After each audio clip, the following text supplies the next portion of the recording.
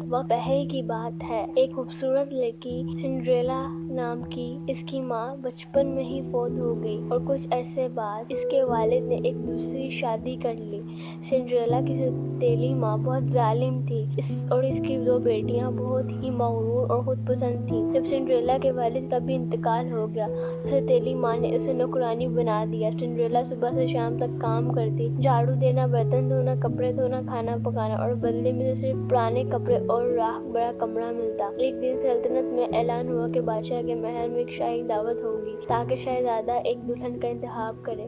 तमाम लड़कियों को दावत मिली, यहाँ तक कि सिंड्रेला को सौतेली बहनें भी बहुत खुश हुईं। सिंड्रेला भी जाना चाहती लेकिन इसकी सौतेली माँ ने उसे रोक दिया और कहा, तुम वहाँ जाने के काबिल नहीं। जब से महल चले गए सिंड्रेला तन्हा और उदास बैठ गई। तभी अचानक एक रोशनी चमकी और जादू की परी सामने आई। इसने सिंड्रेला से कहा, मैं तुम्हारी मदद करने आई हूँ, तुम जरूर महल जाओगी। परी ने कद्दू को खूबसूरत से नई रथ में बदल दिया, चूहों को घोड़े बना दिया और सिंड्रेला के पुराने कपड़ों को एक दिलकश लिबास और शीशे की जूतियों में बदल दिया। परी ने आखिरी बात कही, याद रखो रात के 12 बजे सब जादू खत्म हो जाएगा। सिंड्रेला महल पहुंची और सब लोग हैरान रह गए। वो शहजादी लग रही थी। शहजादा से उसी के साथ नाचने लगा। सिंड्रेला बहुत खुश थी लेकिन जैसे ही घड़ी 12 बजे वो भागी और एक जूती सीढ़ी पर छोड़ गई। अगले दिन शहजादे ने हुक्म दिया, जिस लड़की का पाँव जूती फिट होगा वही इसकी दुल्हन बनेगी। तमाम लड़कियां कोशिश करती रहीं लेकिन किसी का पाँव फिट ना आया।